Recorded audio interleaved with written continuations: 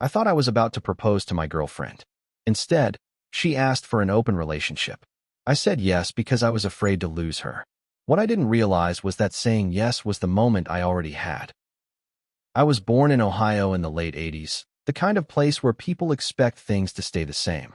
I grew up middle class, no tragedy, no big drama. My dad worked in logistics. My mom taught elementary school. I learned early how to be reliable. Show up on time. Don't complain. Keep your word. I went to a state university, studied construction management, and built a career overseeing commercial projects. Nothing flashy, but solid. By my early 30s, I had a stable income, a decent apartment, and the quiet confidence that comes from knowing your life makes sense on paper. That was around the time I met Sophie. We were introduced by mutual friends at a board game night. I remember her laugh more than her face at first. She laughed freely, without checking the room, like she didn't need permission. She teased me about taking Monopoly too seriously, and I teased her back for pretending not to care about winning. By the end of the night, we were sitting closer than necessary, talking like everyone else had faded out. We started dating not long after. It felt easy, familiar, comfortable in a way that made me think, this is what it's supposed to feel like. Sophie worked in marketing. She was sharp, driven, always thinking 2 steps ahead. I admired that about her. She liked that I was steady, that I didn't need chaos to feel alive. We balanced each other. At least, that's what I believed. After a year, moving in together felt like a formality. We were already living out of each other's spaces anyway. Our days settled into routines that felt permanent. Sunday morning pancakes, walks through the park after work, watching her reality TV shows while I half paid attention, scrolling through my phone. Ordinary things. Good things. Our families got along. My mother adored Sophie. Her dad invited me to football games like I was already family. Friends joked that we were that couple, the one that made everyone else feel behind. I didn't argue. By year 3, I'd started looking at engagement rings during my lunch breaks. Not seriously at first, just browsing. But the thought had planted itself. I imagined a future that extended cleanly forward. Marriage, a house, maybe kids, a life that grew without surprises. That illusion cracked on a Tuesday night. We were out to dinner at a casual place near our apartment. Nothing special. Sophie was talking about a project at work, gesturing with her fork when she said it, casually, like she was suggesting a new restaurant. What would you think about trying an open relationship? I froze mid-bite. At first, I thought I'd misheard her. I waited for her to laugh, to say she was joking. She didn't. She kept talking, explaining how she'd read about it, how a lot of couples were doing it now, how it could help us grow and strengthen our connection. My stomach dropped. I asked the only question that made sense to me. Is there someone specific you want to see? She looked offended. Defensive. She said no, that it wasn't about anyone else. That we were still young. That she didn't want to wake up 10 years from now wondering what she'd missed. I watched her talk, watched how excited she seemed. How prepared. She spoke about boundaries, communication, rules, things you don't think about unless you've already spent time imagining the scenario. I asked if she was unhappy, if I'd missed something. She took my hand across the table and smiled softly. I love you. I love us. This isn't about being unhappy. It's about making something good even better. The food in front of me might as well have been cardboard. My thoughts felt slow, disconnected. Every instinct I had told me this was wrong. That this wasn't something you suggest unless you're already halfway out the door. And yet, when I hesitated, I saw something else in her eyes. Not uncertainty. Expectation. Saying no felt like closing a door she had already walked through. Are you sure you're okay with this? She asked, her voice light, almost rehearsed. We don't have to if you're uncomfortable. It didn't feel like a real choice. So I nodded. I said yes. Not because I believed in it. Not because I wanted it. But because somewhere deep down, I knew refusing wouldn't stop her. It would only change the timeline. She was thrilled. Started talking immediately about dating apps, about how we'd tell each other about dates, about rules she'd clearly thought through long before that dinner. I sat there listening, feeling like I'd just agreed to dismantle my own life piece by piece. That night, she curled up next to me on the couch like nothing had changed, like she hadn't just shifted the foundation under everything we'd built.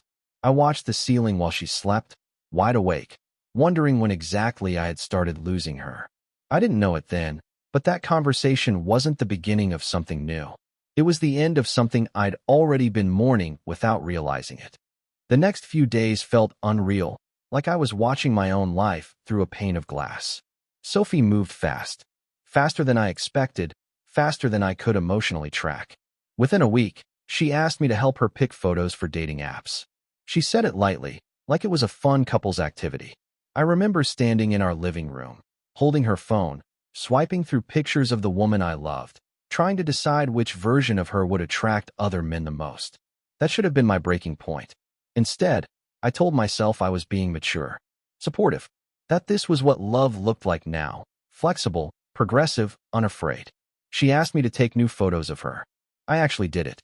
I adjusted the lighting, told her to turn her shoulders a little, watched her smile for the camera in a way that felt practiced, intentional, the kind of smile meant to invite attention. When it was my turn to make a profile, I stared at the blank bio for almost an hour. Every sentence sounded dishonest, looking for something casual, open to new experiences. None of it felt like me. I wasn't looking for variety. I wasn't curious about anyone else. I just didn't want to lose the woman sitting across from me on the couch, excitedly comparing matches like it was a game.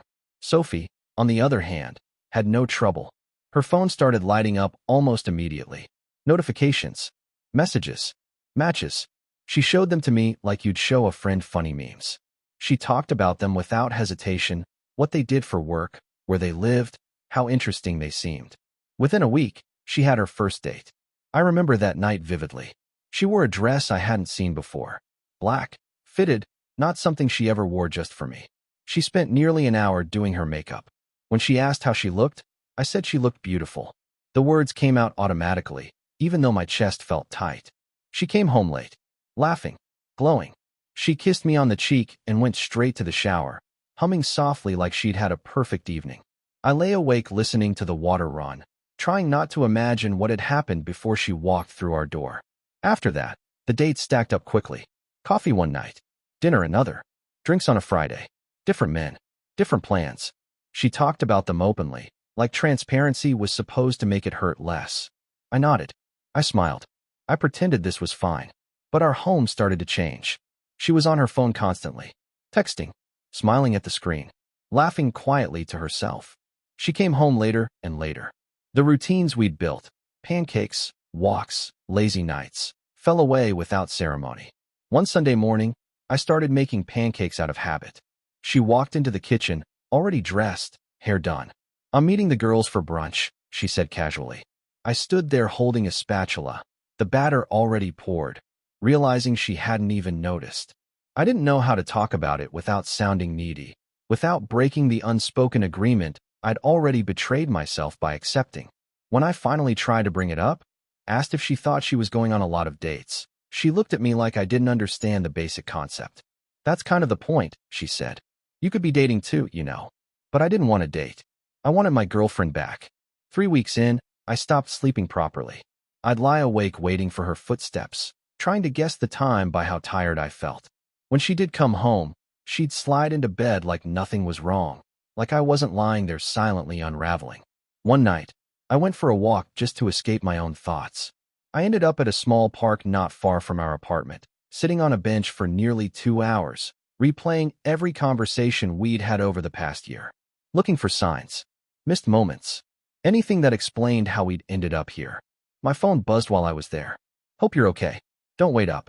Having such a great time." I stared at the screen until it dimmed. The next day, she wanted to tell me about her date, about how funny he was, about a restaurant she wanted to try again sometime. I stood up mid-sentence and left the room. She followed me, confused. "I thought you were okay with this," she said. "Maybe I'm not," I answered. She frowned, genuinely puzzled. "But you agreed. You're choosing to stay home and be miserable." That was when I realized something important. She wasn't being cruel on purpose. She just didn't understand. In her mind, love had become something expandable, additive. If I was unhappy, it was because I wasn't taking advantage of the same freedom she was enjoying. We weren't speaking the same emotional language anymore. By the end of the 3rd week, I felt hollow. Not angry. Not even jealous in the dramatic sense. Just empty. Watching someone I loved drift further away while insisting everything was fine. I think I might have endured it longer if she'd shown guilt, or hesitation, or even curiosity about how I was holding up. But she didn't. She was thriving. That was when Emma started coming around more often. Emma was Sophie's best friend from college. She'd always been around, movie nights, birthday dinners, helping us move furniture. One of those people who fit so naturally into your life that you stopped noticing how often they were there. She worked as a kindergarten teacher. Kind, patient, observant in a quiet way.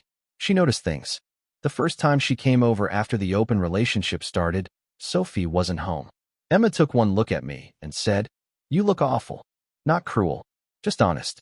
I don't know why I told her everything. Maybe because she already knew Sophie so well. Maybe because I needed someone to tell me I wasn't crazy.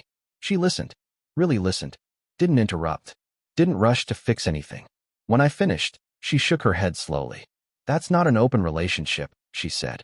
"That's Sophie doing whatever she wants and expecting you to adapt." Hearing it out loud felt like oxygen. After that, Emma started coming over more often, usually when Sophie was out. We'd order takeout, watch movies, talk. Nothing inappropriate, just calm. The kind of calm I hadn't felt in weeks. One night, after Sophie had been out on yet another date, Emma sat across from me on the couch, twisting a ring on her finger. "I need to tell you something," she said quietly. "And I don't want to make things worse, but I can't keep pretending."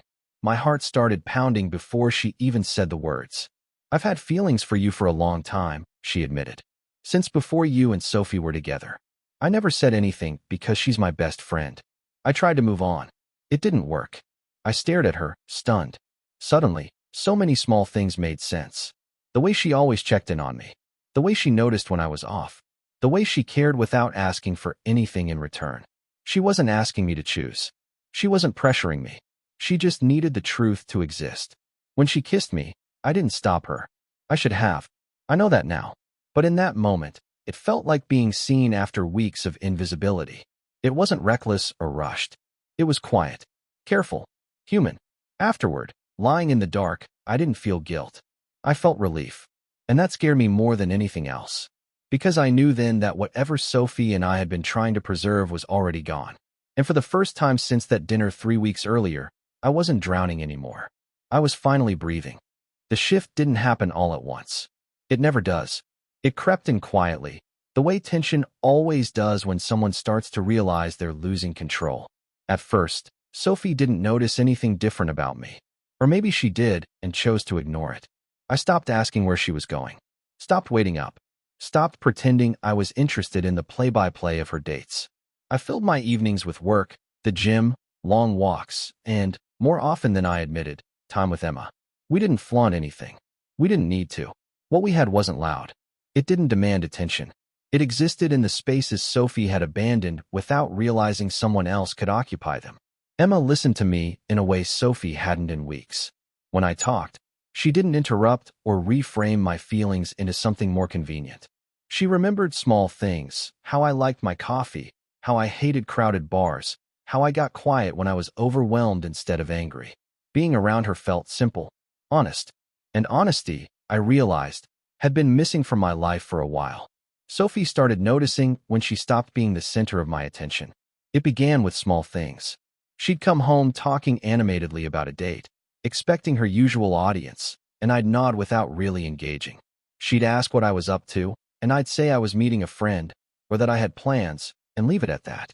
One night, while she was scrolling through her phone on the couch, she glanced up and asked casually, "You've been talking to Emma a lot lately, huh?" I shrugged. She's easy to talk to. The room went quiet in a way that felt deliberate.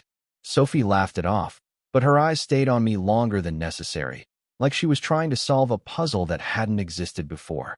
After that, she started coming home earlier. She suggested we cook together again, asked if I wanted to watch a movie, proposed a weekend trip, just the two of us. It was strange watching her try to reclaim routines she'd discarded so easily weeks earlier. I didn't reject her outright. I didn't accuse her. I just didn't chase her anymore. That was what unsettled her. The rules of our open relationship, rules she had laid out so confidently, suddenly felt less appealing when she wasn't the only one benefiting from them.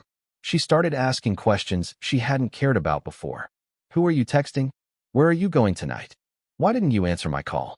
Questions I answered calmly, vaguely, the same way she had answered mine.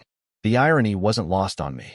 One morning, I caught her scrolling through my phone while she thought I was still in the shower. She jumped when I cleared my throat. Tried to laugh it off.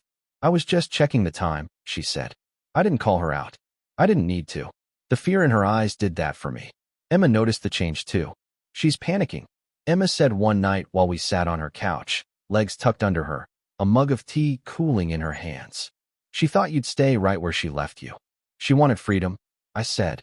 She just didn't want me to have it. Emma smiled sadly. Some people don't. It wasn't long after that when Sophie confronted me directly. We were sitting in our living room, the same place she'd once suggested opening our relationship, as if she were proposing something harmless. She looked tense, wound tight. I think we should close the relationship again, she said. I waited. Let her talk. I think we've explored enough, she continued. We should focus on us. Go back to how things were. I laughed before I could stop myself. She flinched. What's funny? How things were, I repeated. You mean before you started dating half the city?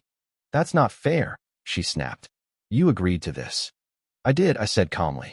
And now I'm agreeing to something else. Her face changed then. The confidence drained out of her expression, replaced by something closer to panic. You're seeing someone else, she said. It wasn't a question. Yes, I answered. Her breath caught. Who? I leaned back. Does it matter? Her eyes narrowed. It's Emma, isn't it? I didn't answer right away. I didn't need to. The truth settled between us like a weight. She stood up abruptly, pacing the room, hands running through her hair. You can't do this. She's my best friend. I met her gaze. You didn't seem concerned about that when you were sleeping with strangers. That's different, she said quickly. They didn't mean anything. And Emma does, I replied. The silence that followed was heavy. When she finally spoke again, her voice was small. You slept with her? Yes. She looked like she'd been slapped. I didn't think you'd actually do it, she whispered. That was the moment everything became clear. She hadn't wanted equality. She'd wanted permission. A safety net. The reassurance that I'd still be there when she was done exploring. I stood up. You don't get to rewrite the rules just because they stopped favoring you. She broke down then. Tears. Apologies. Promises. She said she'd made a mistake. That she'd been confused. That she never thought she'd lose me. But I was already gone. She stormed out that night, saying she needed to talk to Emma. To fix this. I warned Emma she was coming. Emma told me to let her. Later, Emma called me. Her voice was steady. She wanted me to back off, she said.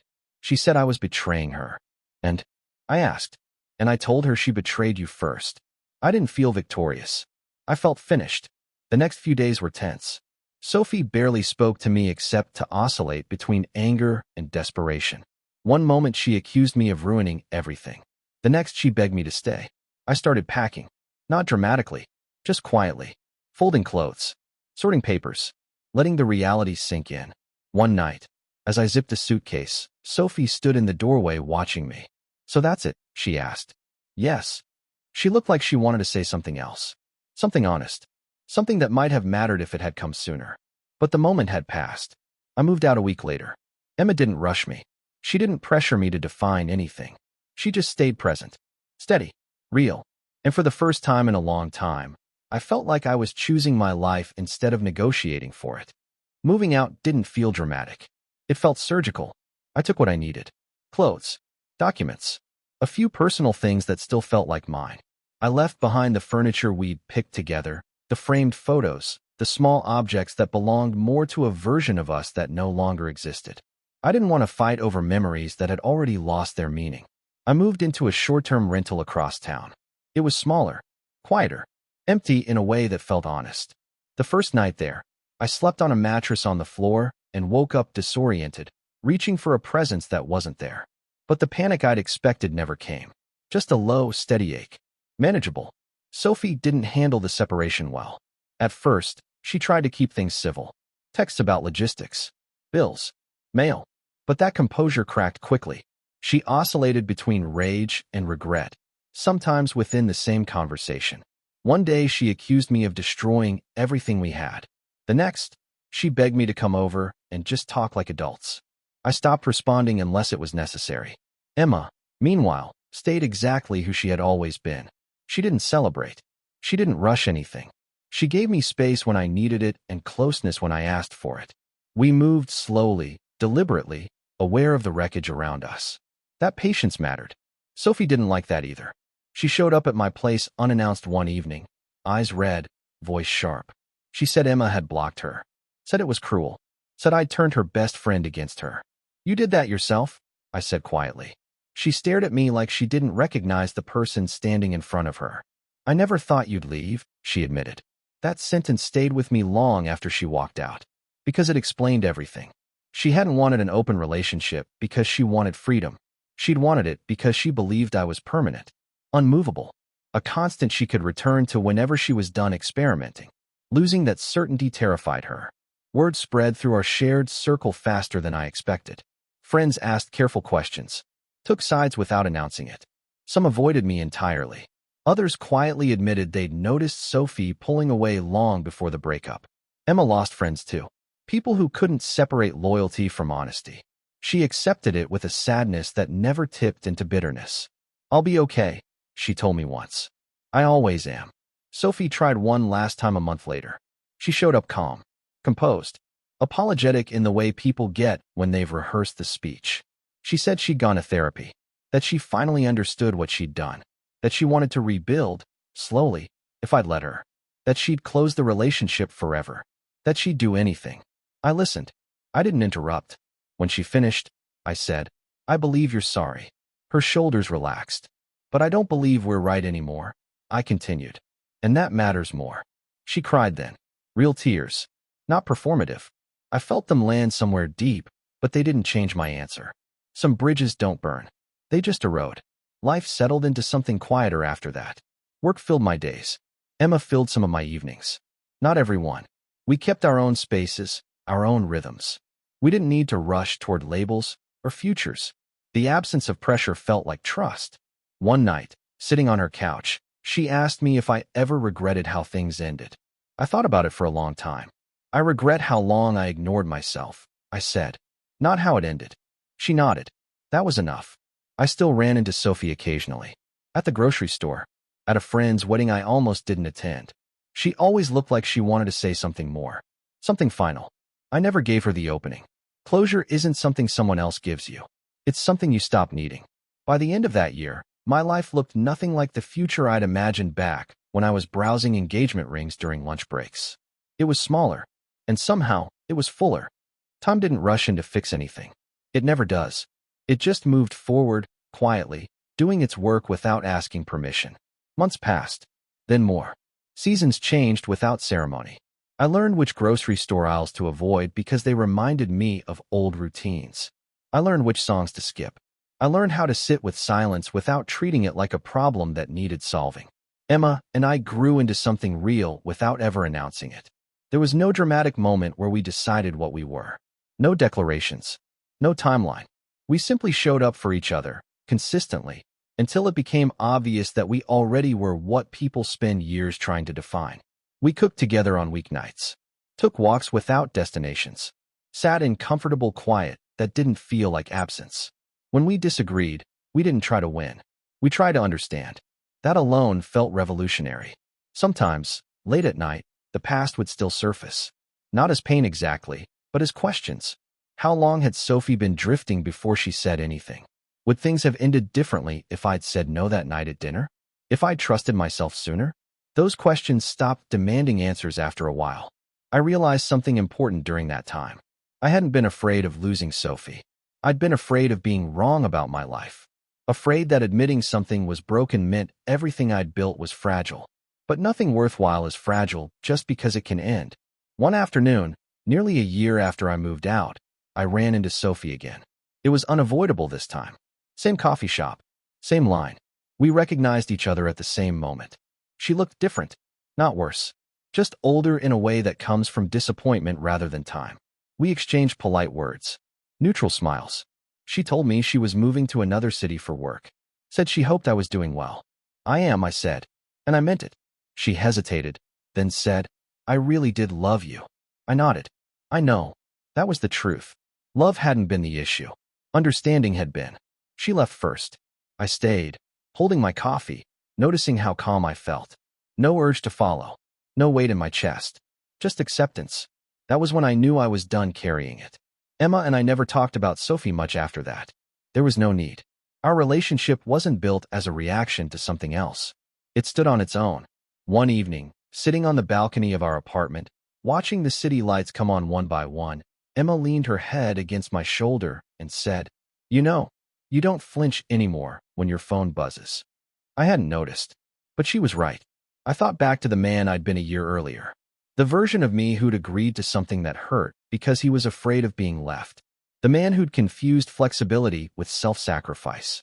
Who'd believed love meant enduring discomfort quietly. I didn't judge him anymore. He did the best he could with what he understood at the time. But I was glad I wasn't him now. Some stories end with closure. Apologies. Clean resolutions. Mine didn't. Sophie never fully understood the damage she caused.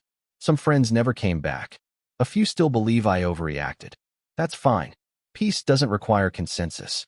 It just requires honesty, especially the kind you don't negotiate away to keep someone else comfortable. When I think about the future now, it doesn't stretch out in neat lines like it used to. It feels open, undefined, and somehow, that doesn't scare me anymore. I learned something through all of this. You don't lose people by standing up for yourself. You lose them by disappearing slowly and hoping they won't notice. And if someone only loves you when you're willing to stay silent, they don't love you at all. They love the space you leave behind. I don't live there anymore.